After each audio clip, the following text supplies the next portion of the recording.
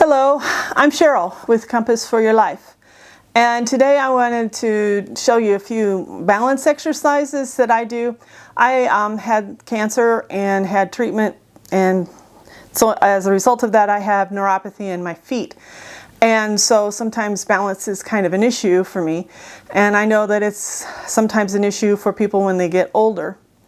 I'll be going over those in just a second, but what I wanted to start with was if you've fallen and there's no one to help you get up and you're having some problems, a safe way to get up in sitting position, one of the best things to do is to get into a crawling position if you can. Like, a kid crawling across the floor. And one of the better things to try and get up on is a couch. It's heavy, it's long, it has a really sturdy side to it most of the time. Getting up on a chair, you can kind of pull that over, so if you're really wobbly, it's best to get something that's bigger and heavier.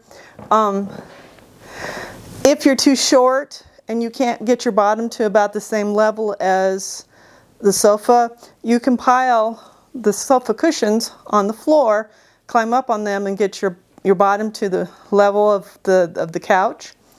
But what you do is you grab a hold of the long part of the arm, and if you need, you can use both hands or one hand depending on how much help you need.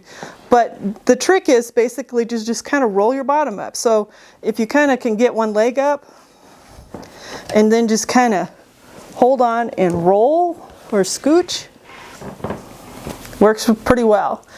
Another thing that I have found, at least for myself, that is when I get up from a chair, and if I've been sitting for any length of time, sometimes I'm not aware of just how asleep my feet have become. And I know a lot of times when you're in a hurry, you just kind of roll up and go, and that's kind of a recipe for disaster. If you make sure your feet are flat on the floor and then give yourself some help with either the chair bottom or a chair that has some kind of railing system on the side, and just slowly stand up and get your balance, make sure that your feet kind of understand what's going to go on, then proceed, but not getting up going really fast. It is also for balance. Sometimes your inner ear is not used to, and if sometimes you stand up and you go, ooh, that's happened to me several times. And so this way it's slower, it's a progression, your body kind of understands what you're asking it to do, and it seems to work better. The exercises I wanted to tell you about, like I say, I'm not a doctor, I'm not a physical therapist.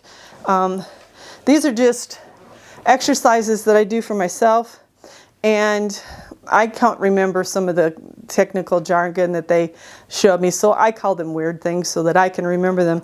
The first one I'm going to show you is, I call it the drunk walk. When they used to do the drunk test where you'd have to put your feet in front like this. It's sort of the same idea.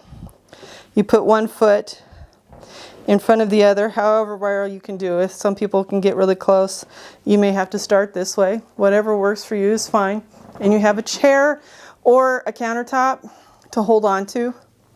And if you're just starting out, I would suggest doing this when someone else is around, just in case. But they're not really dangerous, and if you feel wobbly at all, quit. First thing you do is just see if you can stand without holding on to anything. And you can work up to like counts of 10. And one of the other things that you can do to add to this, to make it a little more difficult, is to take your arms and swing them back and forth like you're walking really fast. That really challenges your balance. And another thing that you can do to challenge your balance is to look from one side to the other, back and forth. Those are all kind of difficult things when you're standing with your feet in a weird position. And you do it on one side, and then you do it on the other. And again, try and work yourself up to counts of 10. Another one of the exercises that I do, I call it the Rockette. And I'm not talking about, you know, how they kick way up, but you kick your feet out and see if you can do repetitions of 10. If you have problems, hold on. And if you want to challenge yourself, do fingers, then let go. And again, you know, the other side as well. And if you need to, you know, you can turn around or move the chair, whichever is quicker or easier for you. Again, that's counts of 10.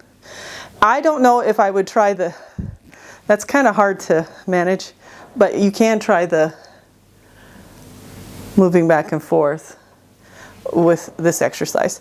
Then the last one I wanted to show you is what I call the Flamingo, where you pull one foot up. And I kind of just wrap mine around because it's just habit. But you just hold it as long as you can. Then you go to the other side and hold it as long as you can, working up into sets of like 10 seconds. And this has helped me a great deal, just trying to kind of get an equilibrium going again. I really did have some issues. I got up at a restaurant and fell into my husband and scared the waiter and everybody else. And it was just because, first of all, I got up too quickly and I hadn't been doing any of these kinds of exercises. If this has been a help to you, give me a like and please subscribe, and we will be talking again.